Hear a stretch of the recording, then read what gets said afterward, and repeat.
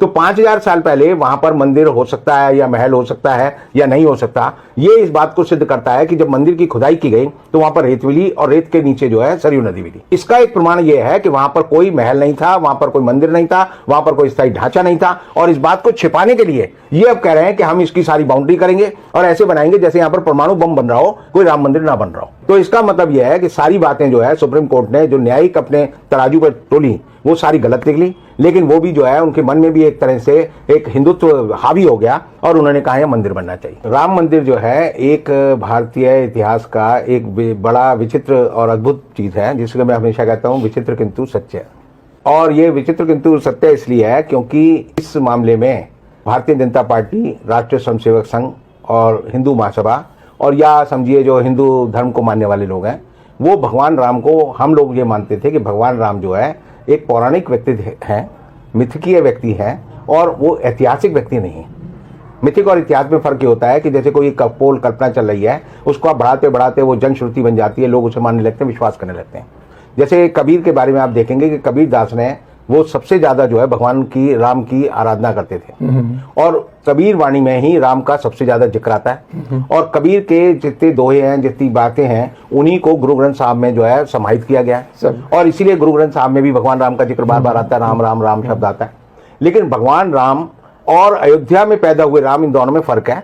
राम को जो सामाजिक लोगों में, जीवन में जो एक तरह से ये बात मन में बैठाई गई कि राम जो अयोध्या में पैदा हुए थे, वो गोस्वामी तुलसीदास ने जब रामायण लिखी, रामचरितमानस लिखी, तो उससे शुरू हुई। अब हम आते हैं कि रामायण में जिक्र आता है, जो वाल्मीकि लिखित रामायण है, कि सरयू नदी में सबसे पहले भगवान लक्ष्मण ने अपनी जो है देह त्यागी। अच्छा, जल समाधि ली। उसके बाद भगवान राम ने सरयू में जल समाधि ली, सरयू में ही ली, सरयू में। और इसीलिए सरयू को ये पाप है कि जब भी कोई आदमी अयोध्या जाए वो सरयू नदी में ना नहाए, क्योंकि अगर वो नहाएगा तो नरक वासी होगा, नरकगामी होगा, नरक में जाएगा। तो बड़े क्योंकि भगवान राम और भगवान लक्ष्मण की उसमें जो है देह त्यागने के कारण वो अपवित्र हो गई।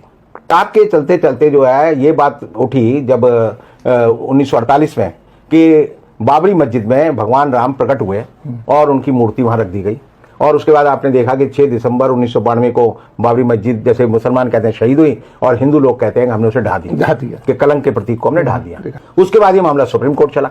अब सुप्रीम कोर्ट में चला तो सुप्रीम कोर्ट का एक बड़ा विचित्र फैसला है, जो मैं तो यानी मैं कानून पढ़ता हूँ, अकल की बात सोचता हूँ और कई बार मैं सत्य अन्वेषण करने की कोशिश करता हूँ, तो उस फैसले में 3 बातें बड़ी विचित्र लिखी गई कि पहली बात तो मूर्तियां वहां जबरदस्ती रखी गई, दूसरी ये कि मस्जिद को ढहाना जो एक आपराधिक कृत्य था, तीसरा यह है कि जो मस्जिद थी उसके नीचे कोई मंदिर नहीं था, और चौथी बात यह है कि जो जिन लोगों ने मस्जिद ढहाई उनको सजा मिलनी चाहिए।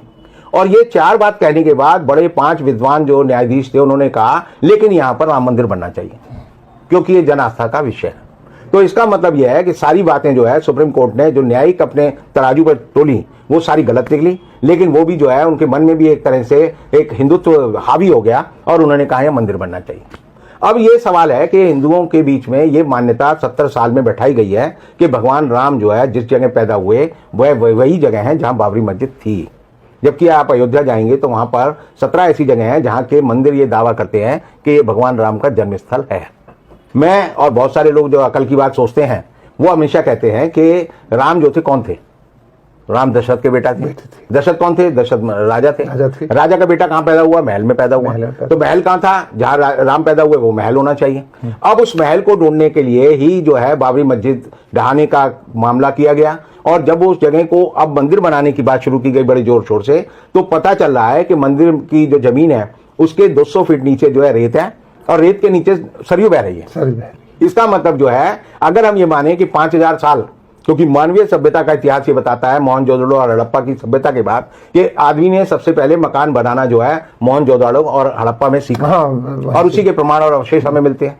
तो 5000 साल पहले वहां पर मंदिर हो सकता है या महल हो सकता है या नहीं हो सकता, ये इस बात को सिद्ध करता है कि जब मंदिर की खुदाई की गई तो वहां पर रेत मिली और रेत के नीचे जो है सरयू नदी मिली। तो इसका मतलब यह हुआ कि वहां पर पहले कोई, अयोध्या में कोई महल नहीं हो सकता, उस जगह पर रेत पे कोई महल नहीं बनाएगा।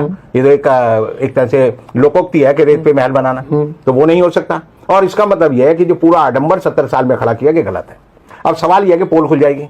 आपने जो कहा, और मैं भी मानता हूं कि जब भी कोई मंदिर बनता है, मस्जिद बनती है, कोई गुरुद्वारा बनता है, तो कार सेवा करते हैं लोग, उसमें सहयोग करते हैं, ईंट दर ईंट जो रखी जाती है जनता के सामने और जनता लगाती है। अब जो है यूपी सरकार ने और राम मंदिर राम जन्मभूमि जो निर्माण न्यास है वो कह रहा है कि इसको गुप्त रखा जाए, इसमें जो है किसी को आने की इजाजत ना हो, कोई आकर यहाँ पर ये ना देखे निर्माण कैसे हो रहा है, कोई आकर ये ना देखे किन मशीनों का इस्तेमाल हो रहा है, कोई आकर ये ना देखे किस सामग्री का इस्तेमाल हो रहा है। इसका मतलब अयोध्या के नाम पर जो ईंटें जो है हमने लोगों से इन्होंने इकट्ठी की थी, 1 रुपया और 1 ईंट, वो एक फ्रॉड था। और दूसरी बात यह है कि ये ऐसा क्यों किया जा रहा है। ऐसा ये किया जा रहा है कि जब 5 अगस्त को मोदी जी ने वहां पर आधारशिला रखी, शिलान्यास किया, भूमि पूजन किया, तो उसके बाद 7 महीने में वहां पर 12 खंबे खड़े किए गए। और वो खंबे जब खड़े किए गए तो जैसे ही वो खड़े किए जाते थे तो वजन से वो जो है टेढ़े हो जाते थे। और जब वो टेढ़े हो गए तो ये बात हुई कि भाई ये खड़े क्यों नहीं हो रहे। तो जब खुदाई की गई तो भूगर्भ वैज्ञानिक जिसे हम बोलते हैं, उन्होंने बताया कि भाई नीचे तो जो है रेत है और रेत के नीचे सरयू नदी बह रही है। तो इसका एक प्रमाण यह है कि वहां पर कोई महल नहीं था, वहां पर कोई मंदिर नहीं था, वहां पर कोई स्थायी ढांचा नहीं था। और इस बात को छिपाने के लिए ये अब कह रहे हैं कि हम इसकी सारी बाउंड्री करेंगे और ऐसे बनाएंगे जैसे यहां पर परमाणु बम बन रहा हो, कोई राम मंदिर ना बन रहा हो, क्योंकि बड़ी गुप्त रखने वाली बात है। अब ये गुप्त रखने वाली बात जो है भाजपा के गले में और ये जो हिंदू महासभा है उसके गले में और ये जो ट्रस्ट के लोग हैं इनके गले में और आरएसएस के गले में एक पत्थर की तरह लटक गई है कि हम जो है किसी को घुसने नहीं देंगे, बताएंगे नहीं। क्योंकि अब ये जो है हिंदुस्तान के वैज्ञानिकों से और हिंदुस्तान की निर्माण कंपनियों की जगह जो है विदेशी कंपनियों का सहयोग लेकर एक ऐसा मंदिर बनाएंगे जो कि नदी पे बहता हुआ मंदिर हो या नदी की बालू पे बना हुआ मंदिर हो। और इसलिए उसको छिपाने के लिए कि ये जो है राम के नाम पे तो पत्थर तैर जाते थे। हमारे उसमें रामायण में लिखा है, रामचरितमानस में लिखा है, पत्थर पे लिख दो राम तो वो तैरता है। और ये जो है राम के मंदिर के लिए जो खंबा डालते हैं वो हिल जाता है। तो इसका मतलब ये जो है राम और जिसे हम कहते हैं विश्राम, दोनों में जो है एक तरह का द्वंद्व है और ये उसको छिपाने की कोशिश कर रहे हैं। और सबसे बड़ी बात यह है कि ये सिद्ध करता है कि हमारी सुप्रीम कोर्ट ने जो फैसला राम जन्मभूमि मंदिर पे दिया है वो झूठा था, बेकार था और बेईमानी का था। बहुत बहुत शुक्रिया आपका कि आपने इसका दूसरा